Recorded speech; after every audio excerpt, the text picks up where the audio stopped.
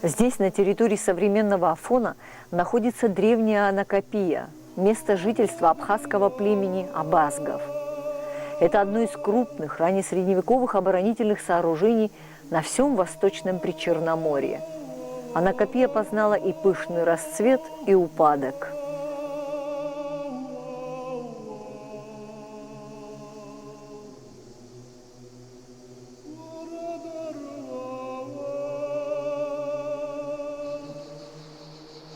Ученые считают, что именно здесь находилась Трахея. Византийский историк VI века Прокопий Кесарийский так описывает это место.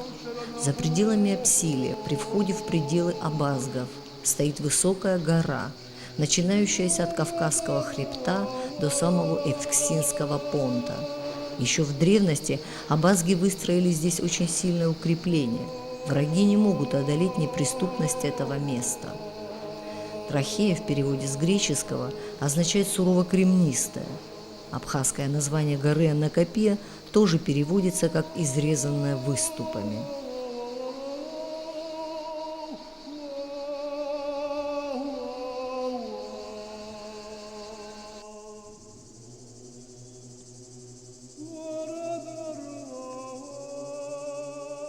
Вот здесь вы видите вот, главные ворота к городищу. Это огромное городище, которое датируется начало жизни, значит, этой архитектуры вообще с VI века и продолжается вплоть, значит, до 12-13 веков.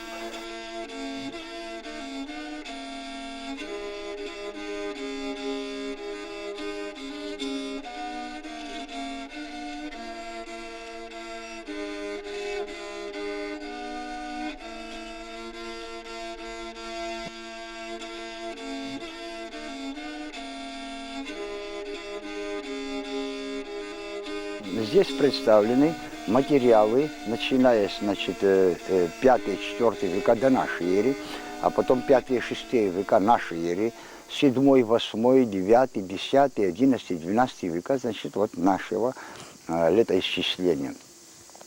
И из них, конечно, много значительно, это период Абхазского царства. Значит, Анакапийская гора считается один из самых первых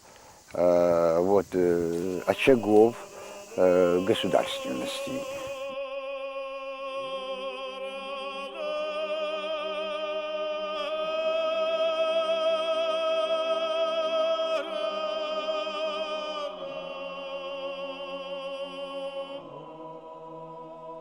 В первых веках нашей эры Западное Закавказье находилось под властью Римской империи. В III веке в Колхиду начинают вторгаться северокавказские горцы и кочевые племена готов и гуннов. И к тому времени Трахейское укрепление блестяще выполняло функции главной крепости Абазгии.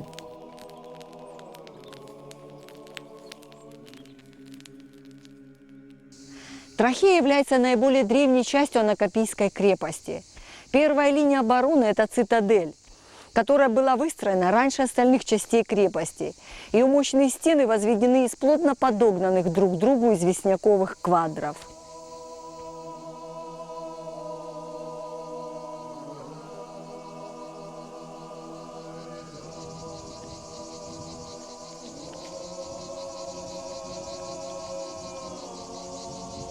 Цитадель неприступна со всех сторон.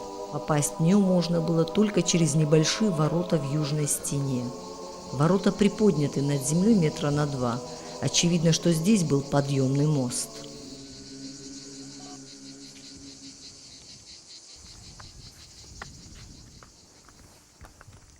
В средние века по этой лестнице поднимались воины гарнизона. Отсюда очень хорошо просматривается местность. Это было место ночного дозора.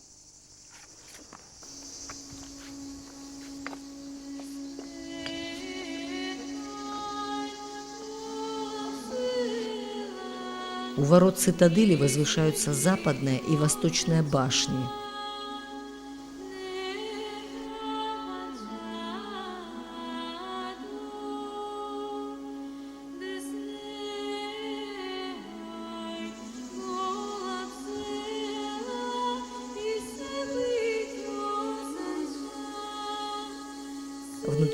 комплекса расположен раннесредневековый полуразрушенный храм зального типа.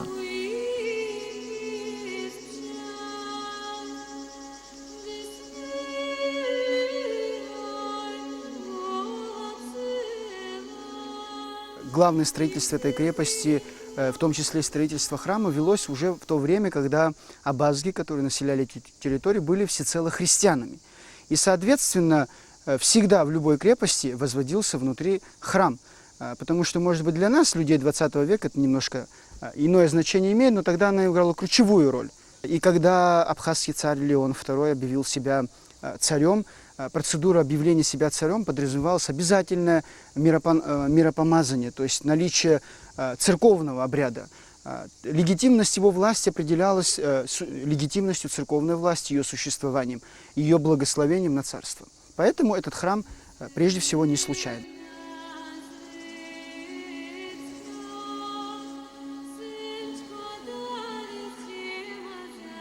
В середине VII века здесь была епископская кафедра, которую возглавлял епископ Анакапийский.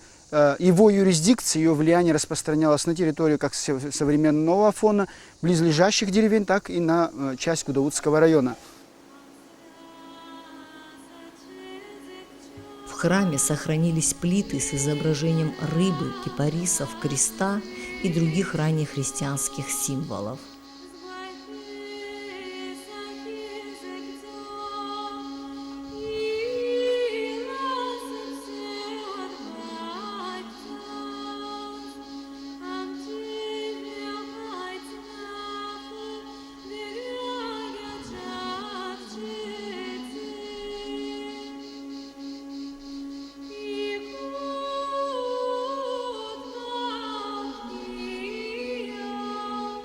В античную эпоху на территории Абхазии широкое распространение получает греческий язык.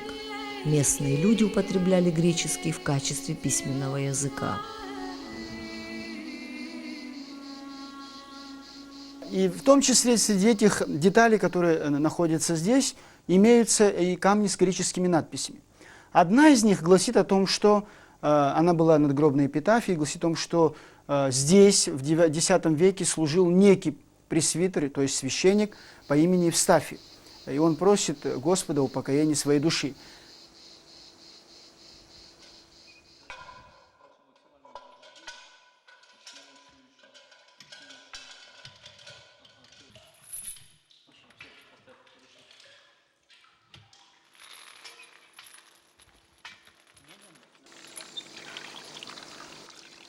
В средние века в скале был высечен бассейн.